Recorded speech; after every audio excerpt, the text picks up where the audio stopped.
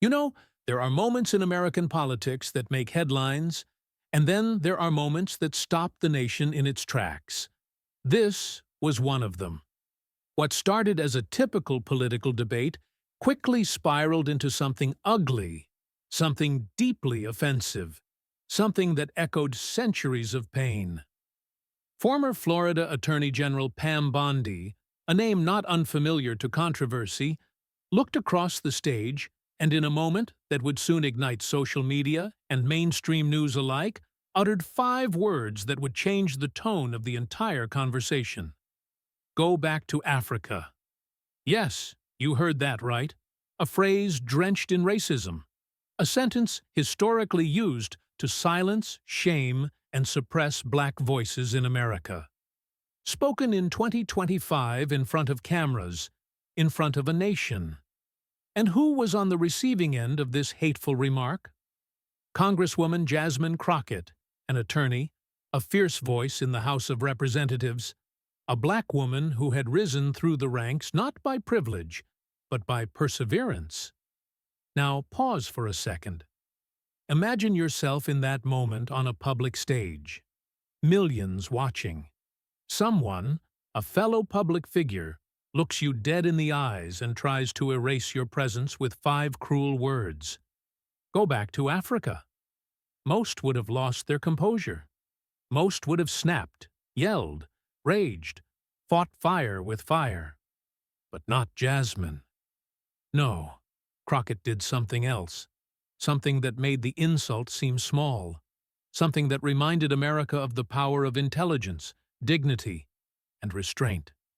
She paused, took a breath, and responded in a tone that was firm yet calm, elegant but powerful. She said, "I was born right here in America, just like you. But even if I wasn't, what gives you the right to tell someone where they belong? No shouting, no insult in return, just truth." And that truth hit harder than any insult ever could. Because in that moment, Jasmine Crockett did what so many leaders failed to do. She rose above the hate. She turned a racial slur into a national conversation.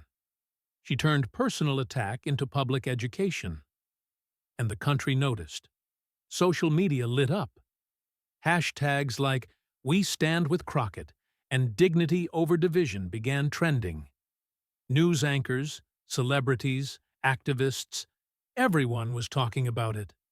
But they weren't talking about the insult anymore. They were talking about the response. Because Crockett didn't just protect her own dignity. She reminded every person watching that they deserve to be treated with respect, no matter their skin color, their background, or their origin. And let's be honest, this wasn't just about 2 women on a stage. This wasn't just about a political disagreement. This was about the racism that still lingers in the halls of power. This was about how women, especially black women, are treated when they speak boldly, when they stand proudly, when they don't back down. And yet, Jasmine didn't just survive the moment. She owned it. She didn't just defend herself. She defended everyone who's ever been told they don't belong. And that's leadership. See, when you look back at history, the most powerful moments aren't always loud. Sometimes they come in a whisper, a pause, a moment of grace that silences hate more than shouting ever could. That's what Jasmine Crockett gave us. A master class in how to respond to hate, not with more hate, but with strength, class, and unshakable truth. Let's not forget what Pam Bondi said, because forgetting would be dangerous. But let's remember what Jasmine Crockett did, because that is what should be taught in classrooms. That is what young girls and boys should see when they learn what leadership looks like. That is what will echo through history. Not the insult, but the answer. In the face of a racist remark, she didn't crumble. She stood tall. She reminded America who we are supposed to be. And that, my friends, is how you shut down hate without ever raising your voice. So the next time someone tries to tear you down with ignorance, remember Jasmine Crockett and rise.